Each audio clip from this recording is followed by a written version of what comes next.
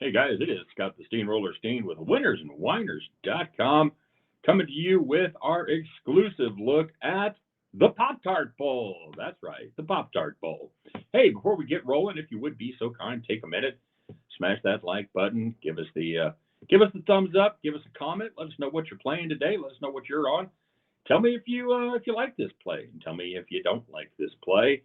And of course, if you haven't subscribed to the YouTube channel of the Winners and Whiners, folks, make sure you do that. Hit that little subscribe button and ring the bell. You know the deal. Ring the bell. Get notified every time we put up brand new content. So there you go. Let's go to Orlando, shall we? Take a look at the Pop-Tart Bowl. Before we do that, we haven't reviewed how we did. We had a couple losses over the weekend, and then the one that I did before yesterday. And by the way, the Oklahoma State game has not kicked off yet, so we don't know the final there. We talked about the player prop was the last one we had with Mahomes over rushing and Cortland Sutton over receiving yards. Mahomes got there easily at 52 yards. We were just trying to get to over 19.5. However, Cortland Sutton, another problem. First target of the game for him. He runs about a 30-yard pattern there. Drops the ball, gets the ball knocked out of his hands, whatever. Most importantly, lands on his head. Lands on his back, slams his head, out of the game, rest of the game, concussion protocol, no more targets for Cortland Sutton. So, you know what? I'm gonna make that pick every day. Sometimes that's just the way it goes. You're just gonna lose them. You could, if you had under in yards like that and somebody gets hurt, you're happy as a clam. But when you have the over and it gets hurt, yep, things don't go so well. So, you know what? Let's see what happens. We'll see if we can get it rolling here in college football, so we can get that over to hit in the Oklahoma State Cowboys game. Meanwhile, this is going to feature North Carolina State and Kansas State coming to you from Camping World Stadium there in Orlando, Florida. Another weird payoff when you win, like the Duke's Mayo Bowl, where you just get slathered with mayo when you win the game. The Pop-Tart Bowl, apparently you get to eat the mascot. I'm not lying. Apparently, it's going to be an edible mascot. I don't know what we're doing. It's just I don't understand it. I got to be honest with you. And this is going to be a trend for all the bowls. We're going to have the what happens with the Lockheed Martin Bowl? You just get to take home a tank. You're going to get to ride a tank, an aircraft carrier, or something like that. I don't know. Where does it stop? Where does it stop? So, all right, enough about that. Let's take a look at this game now. For you new viewers, I'm a K-State fan. My son, I'm a Mizzou grad, and my son broke my heart. He didn't break my heart. He didn't go to KU. He went to K-State, and so I became a K-State fan. We saw a lot of games, and I like the way they play football. I like the program. So I'm now a K-State and Mizzou fan. How about that? So K-State's a 2-point favorite in this game against the Wolfpack, and I got to tell you, I don't really understand why.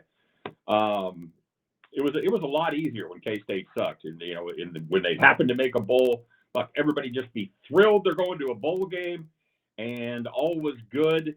They'd have to worry about opt-outs of people entering the transfer portal, going pro, any of that shit. Well, as you get better players, and that's what happened, and it has put a serious hammer on this Wildcats lineup this season. They're going to be missing a number of people, and we'll talk about that in a second. But North Carolina State in much better position. They're going to be missing Dick Butkus Award winner linebacker Peyton Wilson, and basically the Wildcats, they're going to be missing everybody else. So we'll start with their starting quarterback, Will Howard. He's in the transfer portal. They've handed the keys over to true freshman Avery Johnson from Wichita, Kansas.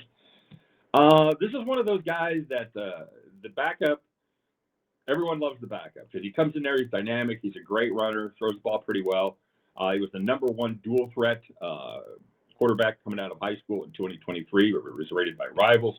He was the top player in Kansas, although that's, as my son would say, sometimes that's like being the smartest horse. But he's been good. He ran, he got some snaps. He got, I think he got 133 snaps this season, and he averaged 5 yards a carry and ran for 6 TDs, threw for another 3 TDs, no picks.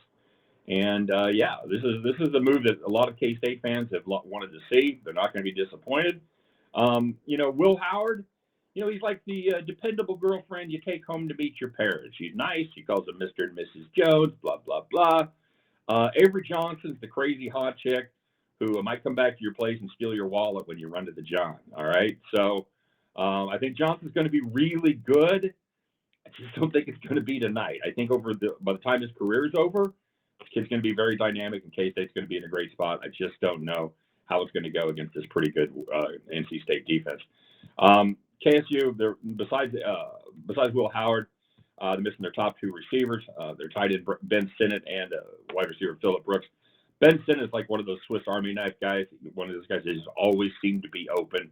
Always seemed the guy you go to on third down, short yardage at the goal line. He's that guy, and that's a huge, huge problem. They are going to have their leading ball carrier. That's good. But probably even more worrisome is the defensive side. This is where K-State's been really good. They were top 30 in a ton of defensive metrics this season. The last stupid game against Iowa State notwithstanding. They're going to be missing 5 starters, probably none of them bigger than the middle linebacker position, where it is actually not an opt-out or anything. It's just simply injury attrition. They are down to the 4th guy on that depth chart at middle linebacker, and that's not good. And like I mentioned, other than Wilson, North Carolina State largely intact.